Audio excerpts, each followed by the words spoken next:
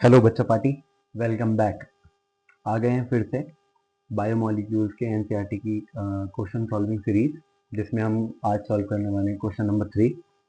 तो क्वेश्चन पढ़ लेते हैं। क्वेश्चन कह रहा है write two main functions of carbohydrate in plants. हमको दो फंक्शंस लिखना है ऑफ कार्बोहाइड्रेट इन प्लांट्स। तो दो फंक्शन लिखते हैं यहाँ पे। पहले आप क्वेश्चन में कुछ ऐसे लिख सकते हो खुद अपने पास से। The two main functions of carbohydrate in plants are as follows. Number one की बात करें तो बच्चा हम जान सकते हैं कि जो सेल वॉल होती है बैक्टीरिया में और सेल वॉल जो होती है प्लांट्स में, वो एक पॉलीसेकेराइड की बनी हुई होती है जिसको हम बोलते हैं सेल्यूलोज। और आपको अच्छे से पता है कि ये जो पॉलीसेकेराइड होता है ये एक टाइप का कार्बोहाइड्रेट ही होता है। तो फर्स्ट फंक्शन लिखेंगे कार्बोहाइड्रेट का in plants, that cell wall of bacteria and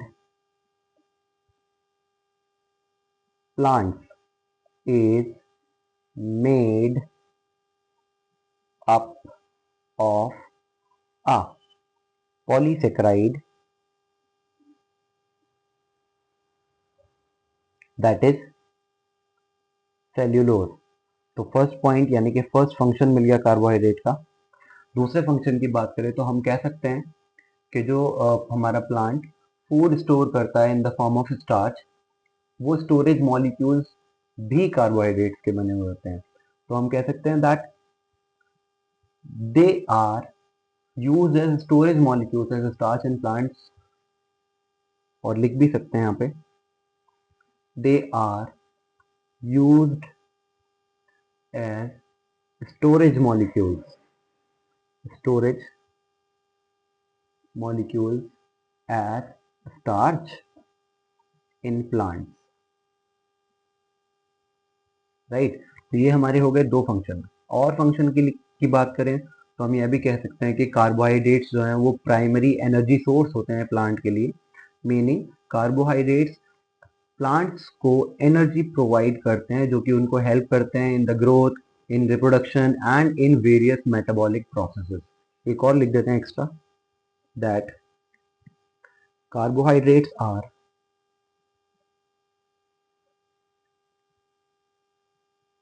the primary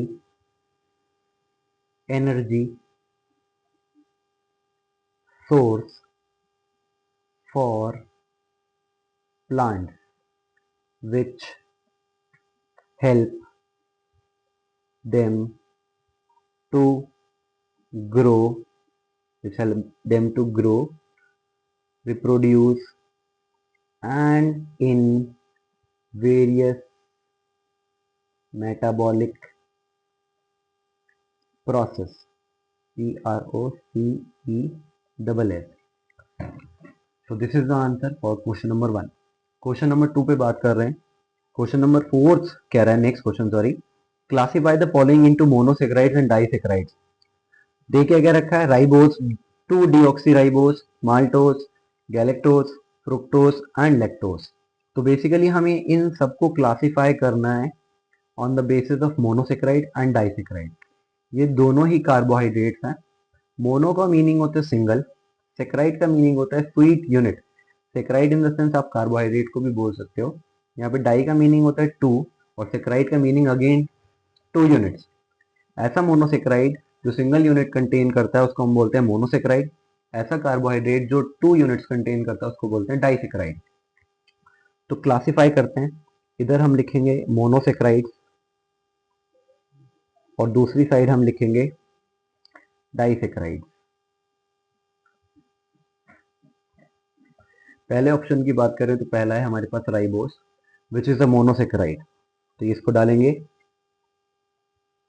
monosaccharide की कैटेगरी में। देन हमारे पास है बच्चा 2 डीऑक्सीराइबोस। ये 2 डीऑक्सीराइबोस भी हमारे पास मोनोसेकेराइड होता है, तो इसको भी कैटेगरी में डालेंगे किसकी, मोनोसेकेराइड की, 2 डीऑक्सीराइबोस। देन नेक्स्ट हमारे पास आया माल्टोस। माल्टोस बेसिकली हमारे पास एक 2 यूनिट वाला कार्बोहाइड्रेट होता है, मीनिंग ये ऑन हाइड्रोलिसिस हमको 2 यूनिट्स देता है, तो इसको हम डालेंगे डाइसेक्राइड की कैटेगरी में। और माल्टोज का अगर मैं फॉर्मूला की बात करूं तो इसका फॉर्मूला होता है C12H22O11, राइट।